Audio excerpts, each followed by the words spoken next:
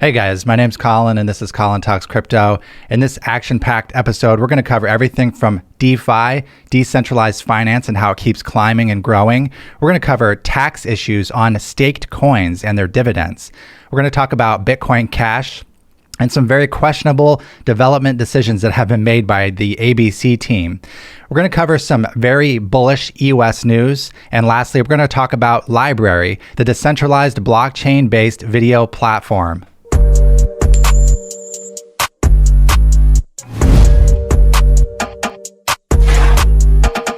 Starting off with a quick shout out to LBRY. It is quickly becoming my favorite blockchain-based social media platform. And you can see that my channel here has over 1,000 followers. That's actually quite substantial for an up-and-coming new decentralized blockchain platform that has to compete with the likes of the network effects of YouTube. And so I'm very happy with what they've got going. So first of all, they sent me a bunch of swag and some stickers and stuff. And they sent me a letter and it says here, read it to you guys. Dear Colin, thank you for being an amazing blockchain creator. We think it's outrageous that YouTube has treated blockchain educators, journalists, and companies so poorly. And they go on to talk about how my videos will never be removed or censored on LBRY. And the last paragraph here, completely by surprise, I did not expect this at all. They said, as an appreciation and thanks, we've included a special gift. Enclosed is an emergency kit with a USB key containing 25,000 LBC tokens. While we'd ask that you hold this LBC to grow with us, you can break the glass and cash out whenever it's necessary or desired. It's up to you. Thanks again for publishing on LBRY. Kind regards, the LBRY team.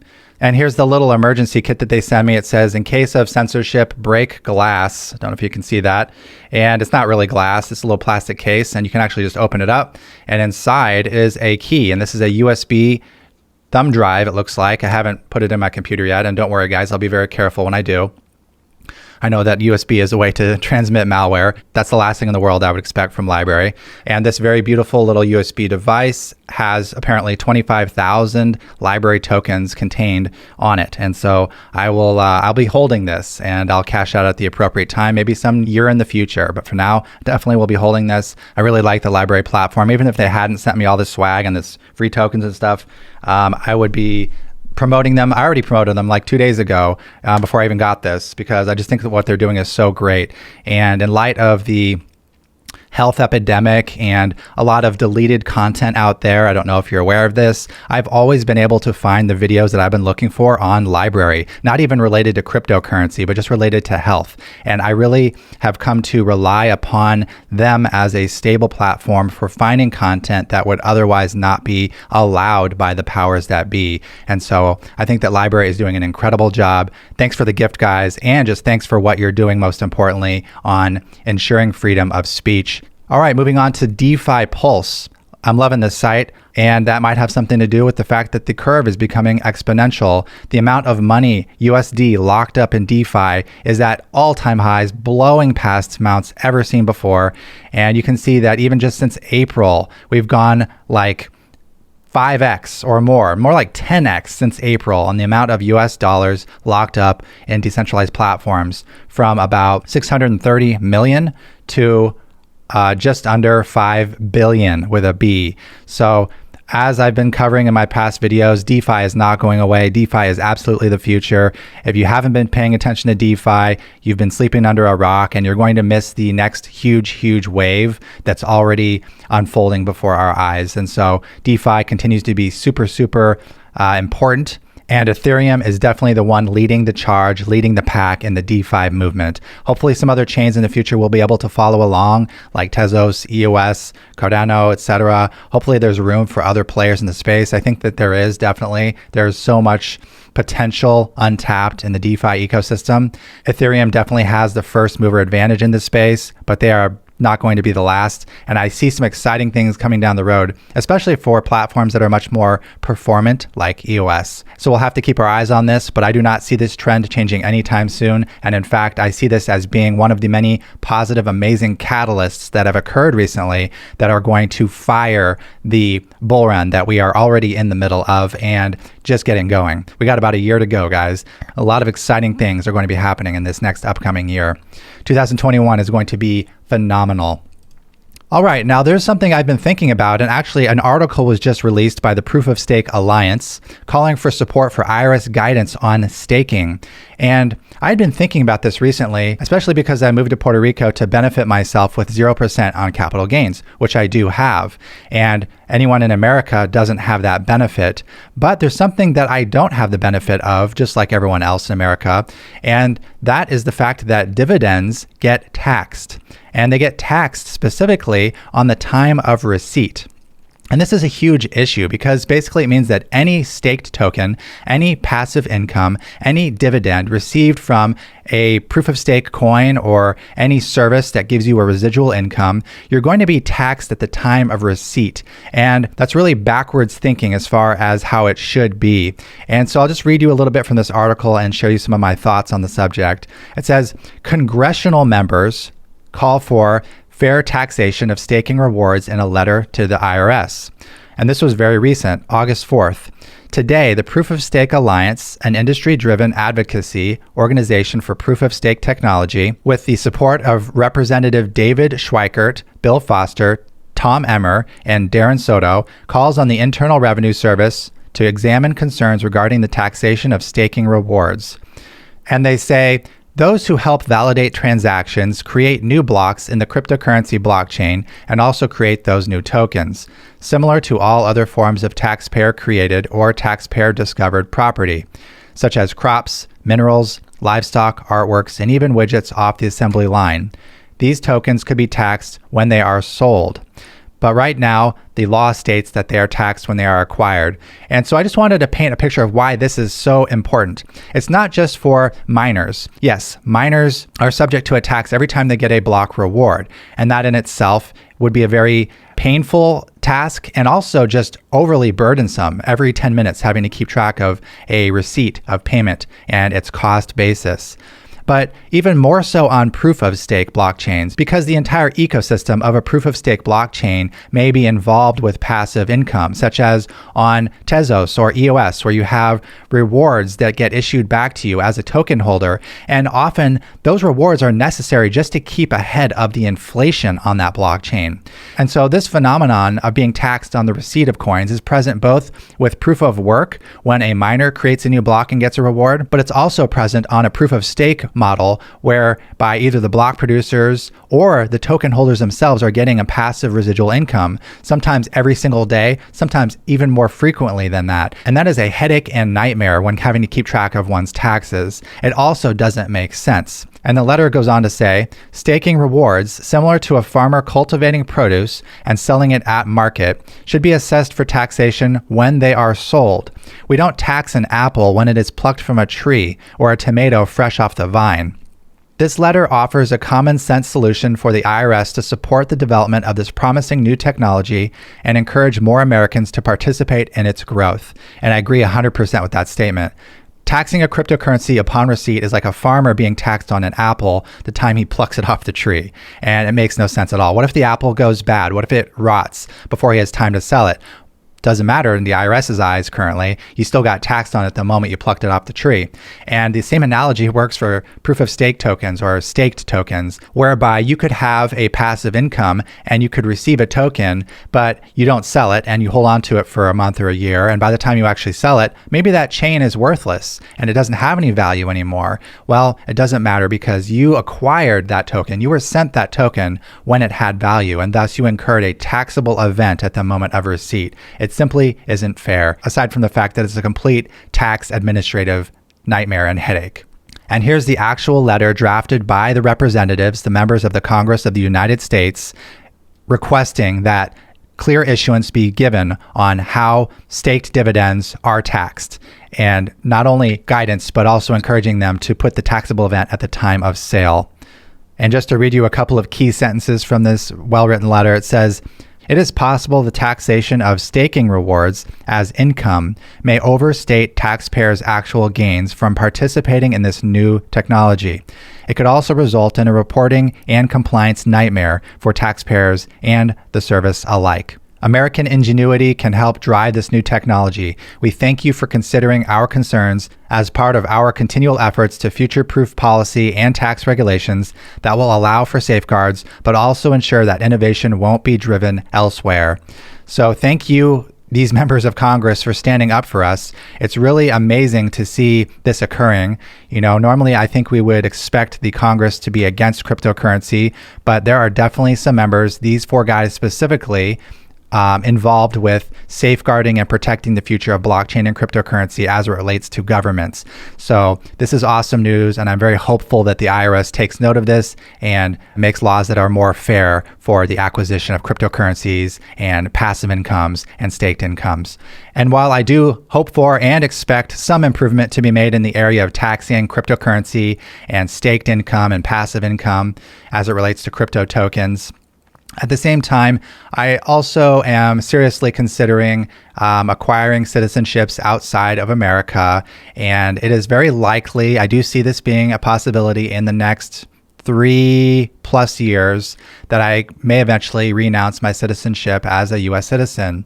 And it's because of stuff like this, where we are subjected to insane tax regulatory burdens, and it just makes our lives difficult, and it takes from our pockets. And I'm just kind of getting fed up with it. And so I made the jump to Puerto Rico about 1.5 years ago to reduce my taxable income and to reduce the amount of capital gains I have to pay on cryptocurrencies. And I'm very thankful for the place I'm in right now, but I don't think that it's going to end here. And I think that tax laws will only get worse and worse. So I'm already looking to the future for my next move, and it'll probably be a citizenship in St. Kitts and maybe another country with an eventual renunciation of my US citizenship. And this is to protect my cryptocurrency and my future wealth in a field that I think is going to continue to boom ever higher as dictated by the charts and the DeFi pulse and everything else we've been looking at.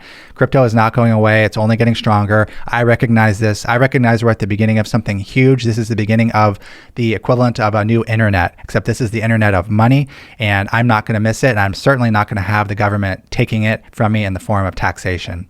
All right, and moving on to a new topic, Bitcoin Cash. Bitcoin Cash has been going through some interesting development changes and proposals, and the lead implementation of Bitcoin Cash is known as Bitcoin ABC. Well, the Bitcoin ABC team just announced some very interesting and highly divisive statements, and so we're going to quickly dive into this. You can see their announcement of it here on their Twitter account, and then they actually wrote an article, which is linked to here, and this is written by Omri Sachet, the lead developer of Bitcoin ABC. And it's worth noting that Bitcoin ABC, while the main and dominant, at least currently, probably not for long, Bitcoin Cash node, there are other nodes out there, and they're quickly gaining support, whether it's Bitcoin Unlimited or BCN, Flowy, etc. And so Bitcoin ABC is not alone. They do not have a monopoly like in the Bitcoin Core community, where basically Bitcoin Core is the only implementation. There are others, but they are such a minutia, it doesn't really matter. And Bitcoin Core dominates the Bitcoin field. Well, Bitcoin ABC is sort of similar, but there are other choices in the Bitcoin Cash space. And so here's the article. I'm just going to read a few select parts from it.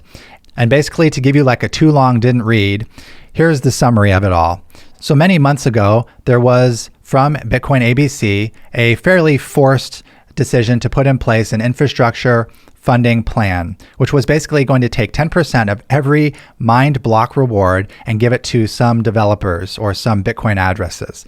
Now that got shut down after a lot of debate, and it was put to rest, we thought. So there was no more IFP. But then they came up with this Grasberg difficulty adjustment. And while a difficulty adjustment is very sorely needed on Bitcoin Cash to prevent against gaming against the block times when the difficulty oscillates super high and super low, Bitcoin ABC took it upon themselves to write Grasberg, but actually Grasberg was based largely in part upon Assert, which was actually a superior method of controlling the difficulty adjustments. And so what happened is Bitcoin ABC said, you know what, this is it. Grasberg is the way we're going to change things. We're going to put this new difficulty adjustment plan in place, and this is how it is. They keep doing this is how it is approach. And the community does not like that one bit. And so the community was outraged and said, you know what? We've actually got proof. And shout out to Jay Tumim. He's done an amazing amount of research. He did an incredible article breaking down all the pros and cons of Grassberg versus Assert and multitudes of testing, and basically proved conclusively that Assert was superior in almost every way to Grassberg. Yet, Bitcoin ABC chose to put in place Grassberg, which actually just had parts of Assert taken from it and put into Grassberg, yet Grassberg itself wasn't as good or efficient as Assert was. So it just didn't make sense to be the one that was chosen, aside from the fact that the community wasn't even given a choice of discussion in the matter. So yet again, Bitcoin ABC trying to dictate the future of Bitcoin Cash without community discussion or participation. And so the community didn't have that. And they banded together and formed a huge coalition saying, basically, we all signed this message stating that we want Assert. We do not agree with Grassberg, and we're not going to go along with it. Come November hard fork, we're going to go with Assert. And so basically that put Bitcoin ABC in a tight position of having to make a decision on whether they were going to stick to their guns or whether they were going to back down and pick Assert, the superior difficulty adjustment algorithm. Well, there was an interesting turn of events. Now, Amaury Sachet and Bitcoin ABC have conceded and they've put in Assert. But they also tacked along the IFP again, back to the whole thing before that the community blocked. So that's where we're at right now. We have now Bitcoin ABC saying, okay, we're going to put in Assert and an IFP, an infrastructure funding plan. And just to read you the last two paragraphs of this Medium document by Amaury Sachet, it says, while some may prefer that Bitcoin ABC did not implement this improvement, this announcement is not an invitation for debate. The decision has been made and will be activated at the November upgrade. Code will be made public before the code freeze date. The Coinbase rule improvement is as follows. All newly mined blocks must contain an output assigning 8% of the newly mined coins to a specified address. He doesn't say what the specified address is, and frankly, I don't think anyone cares. Completely an absurd statement to make. And, you know, the tone of the whole message here is kind of like, Bitcoin ABC makes the calls. You're free to submit code improvements and bug fixes, but we make the final call. And basically, we don't want your opinion. The decision has been made for all, and we get to decide. And needless to say, that's not how Bitcoin Cash works, and that's certainly not how open source development works. Amaury Sachet, while he has contributed greatly in the past, has, I think, lost sight of the bigger picture. Maybe he's become compromised. I'm not sure. He obviously wants funding very badly, and I understand that. But you can't force down the throat of the entire community a funding plan. But on the other token, that's how proof of work works. The miners and the blocks that get mined will determine what new consensus rules get put in place. And so if the majority of the hash rate puts in place Amaury's rules, well, then he'll get his 8% funding. And if the majority of the hash rate does not put it in place, then he's out of the picture. And I think that this is sort of a final blow. And I wrote an article basically summarizing my opinion of this whole fiasco. And I said, I find it funny how the article is a lengthy belaboring of the point all the way until the very end, where Amaury at last forcibly tells us what's going to happen, whether we like it or not. This is not how you engage with the community. This reads more as an openly stated attempt at theft. Amaury just got done changing the difficulty adjustment algorithm because of widespread community disagreement, albeit without admitting this was why. Now his response is to repeat the same behavior of putting in a change that was previously widely disagreed with, an 8% payment to a specified address, an infrastructure funding plan. Does Amaury really think that the community will allow this to pass when the community just banded together against his attempted forceful changes of the difficulty adjustment algorithm and previously banded together against the IFP? I believe this shows a desperate last-ditch effort, and my prediction is that Amaury will quit Bitcoin Cash development once this last-ditch attempt fails to put in place the IFP for the second time. With this level of desperate action, Amaury clearly won't continue to work on ABC without the extra funding, and so this is his last stand to try to take it forcibly. It's actually quite comical that he thinks he could get away with this. It's like tacking on a bill at the end of another bill in hopes that one will get passed and drag the other along with it.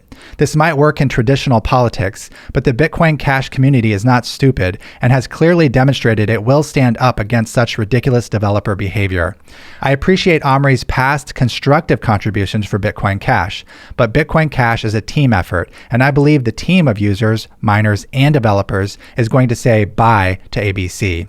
I think this will be the end of ABC, and Bitcoin Cash will be better for it. So very exciting times. We will see what happens. I think it's pretty clear the outcome here. Bitcoin ABC is in its final death throes, and I predict that the other competing implementations like Bitcoin Unlimited or Bitcoin Cash Node or Flowy are going to see an uptick in their adoptions. And actually, guys, anyone who is running a Bitcoin ABC node, my request to you is to review this situation and determine if you feel this is right. And if you do not feel this is right, please take it upon yourself to vote with your feet and to point your hash rate at a different implementation. If you're running a node, please consider running something other than Bitcoin ABC. There are many, many great alternatives to choose from. And here's the incredible article that Jay Tumim wrote on the advantages of Assert over Grasberg difficulty adjustment algorithm. He wrote this 2 days ago. It's gotten 3,000 views, and I'll just scroll through it. You can see it's very thorough. It includes graphs, different diagrams, and just a ton of references and proof to back up every bit of statement that he's done. He's tested it extremely thoroughly. I think he made quite a bit of money on this post as well. $1,179. So if you're not using read.cash, I highly recommend you do. You can make a quick buck on this site as well. And lastly, just to show you all the alternative implementations that are available other than Bitcoin ABC as a node, it does not matter which node you choose. All are led by reasonable people. Depending on your business, you may want to choose Bitcoin Unlimited, BCHD, Flowy the Hub, Bitcoin Cash Node, Bitcoin Verde, and Nuth. These are all choices that can be run that will not put in place the ridiculous IFP from Omri Sachet and Bitcoin ABC. All right, moving on to some EOS news. Warning, guys, this is extremely bullish news for EOS. After Voice Social, block.one's next major product is a financial services product that benefits the underlying users themselves. Shout out to Everything EOS for putting together this clip. This was an audio clip excerpted from an interview that Raoul Pal, the CEO and co-founder of Real Vision, had with Brendan Bloomer. And this 3-minute clip goes over some of the plans that block.one has for the future of EOS. So, and you're also looking at financial services as an area within block.one. What are the areas of focus there? Well, our next major product after Voice is going to be a financial services product, and we've been working on it for a year and a half now. And, without getting into too much details, because it isn't public yet, we're really applying the same principles that what we did to social media, where if you look at whether it's traditional finance or cryptocurrency exchanges, set all that aside, the cryptocurrency exchange industry, for example, really just implemented what they see in the traditional tech stack, very much so, right? You've got custody, you've got exchanges, you have market makers that come in and front run the average individual, all these things. So there's all these hidden take, where if you look at in social media, the people that provide the network effects are the users, right? In the financial system, it's the asset holders. So how do you condense that entire stack in such a way that benefits the underlying users themselves? Right now, even in the cryptocurrency industry itself, we have exchanges which benefit from enormous volatility. Of course, there's macro level volatility in Bitcoin. It's growing so rapidly, but there's also massive intraday volatility because exchanges aren't secure enough. They're not built on the blockchain itself, largely speaking. They don't have auditable processes and security procedures. And so a lot is stored off in cold storage, and there's a gap between when they can get into the market. So you have this massive volatility. What's amazing about Bitcoin is that it continues to thrive despite billions of dollars of new value needing to enter the system just to eat the mining inflation.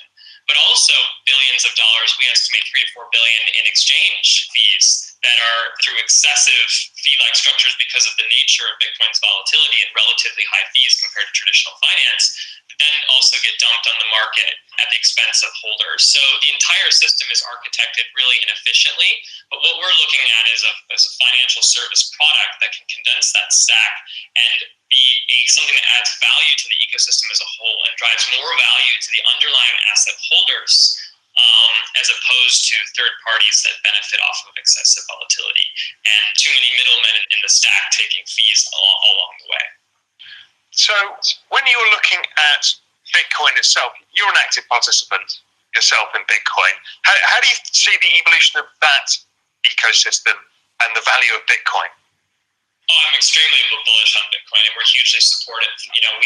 We're constantly looking at ways that, you'll see this with our FS product of how one of the things I'm so excited about is how it brings the whole B1 brand narrative together in a way that people will understand more clearly. But we see EOS.io as a very powerful tool to effectively scale Bitcoin through layer 2 solutions. Pretty amazing news, right, guys? I believe that this news further connects the dots between either block.one's 140,000 Bitcoin that they hold worth billions of dollars and or Bitcoin's newly discovered 180 to 300 megawatt Bitcoin mining farm that I covered earlier a few weeks ago, which will basically make Bitcoin transmissible over EOS.io instantly and for basically free. And this is all going to be laid over the EOS.io framework, the software, and hopefully the EOS blockchain specifically, the mainnet. And it's going to reward token holders in this new system. And we don't exactly know how all the pieces go together, but with all these different clues coming together, I think we're starting to get a good picture of what's to come.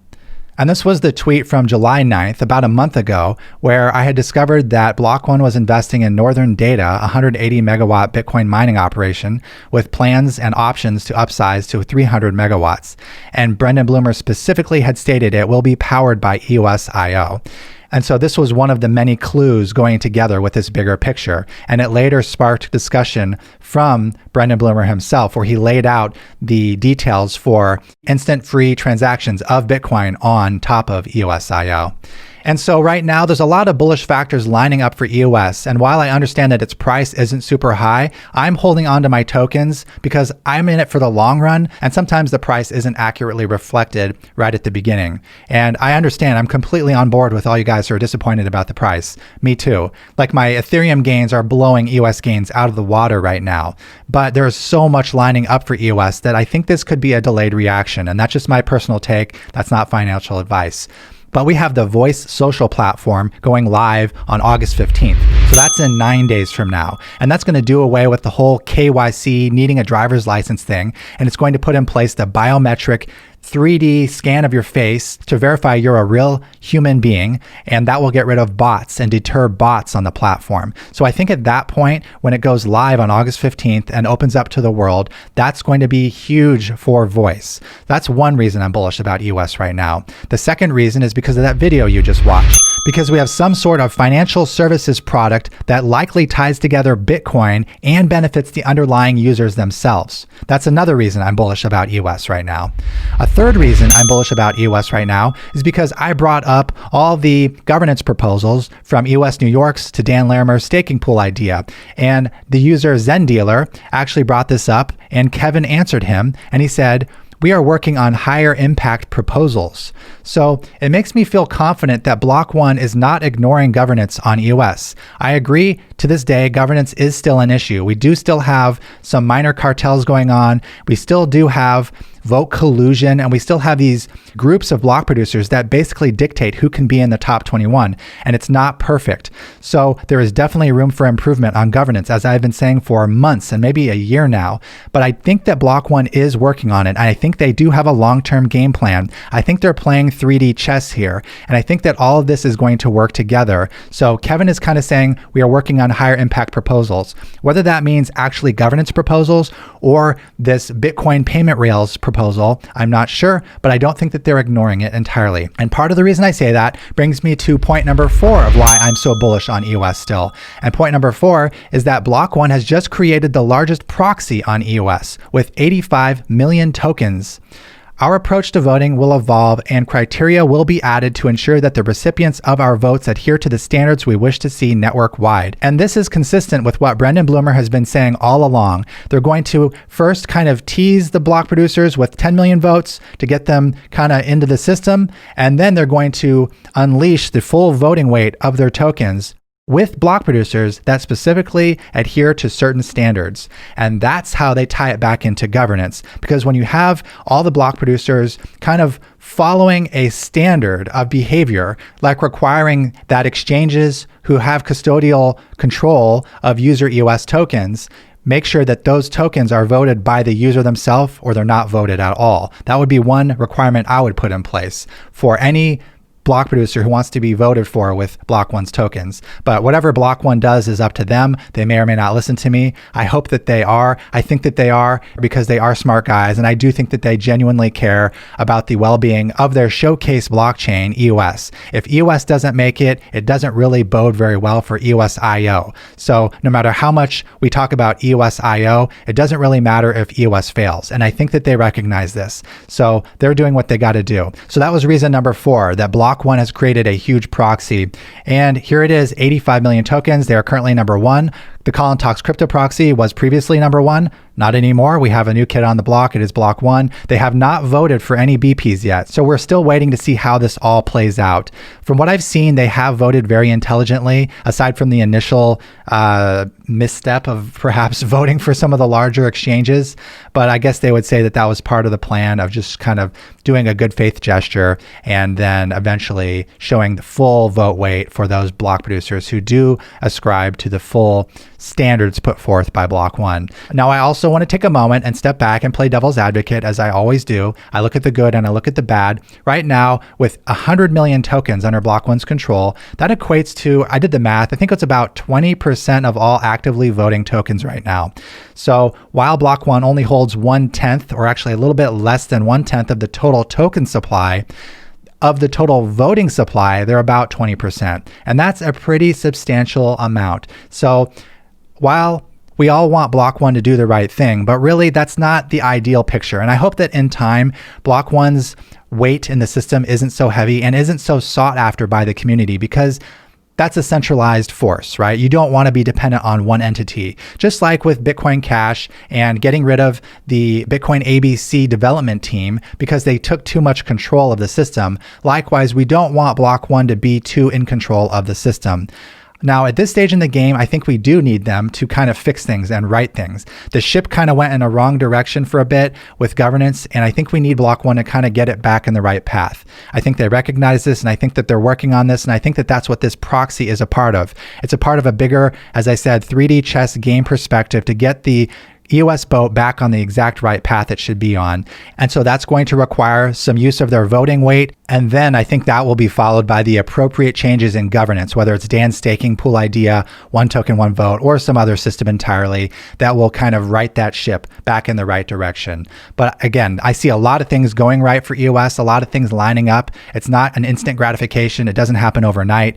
And so I'm going to continue to be patient despite the price not reflecting that, because I think that in time I will be rewarded, personally speaking. And one bonus 5th reason why I'm so bullish about EOS is because block.one announced that they're actually working on and testing REX improvements to revamp the REX system and to fix the resource model so that resources are available to all dApps who need them and at lower costs, and just a more efficient and better operating resource allocation model. So I am very excited about all these amazing developments. We have Ethereum 2.0 kind of on the horizon as well. We have so much going on that I'm excited about in the crypto space. We have a bull run that is ramping up, gearing up, breaking through levels of resistance that have been held for over a year. So the Bitcoin bull run is on, guys. And I want to end this video by just asking a favor. You know, I don't put YouTube ads in my videos. I don't ask for money. I don't have a Patreon account. All I ask of you is to simply like my video if you liked it, to please drop a comment, and if you deem it appropriate, please reshare my video. That's all I ask of you, because that just helps get the content of what I'm creating out to others. And that's my purpose. I'm not here to make a quick buck. I'm here to help people understand cryptocurrency. So if you help me, I can continue to help them better. Thanks, guys, and have a great day.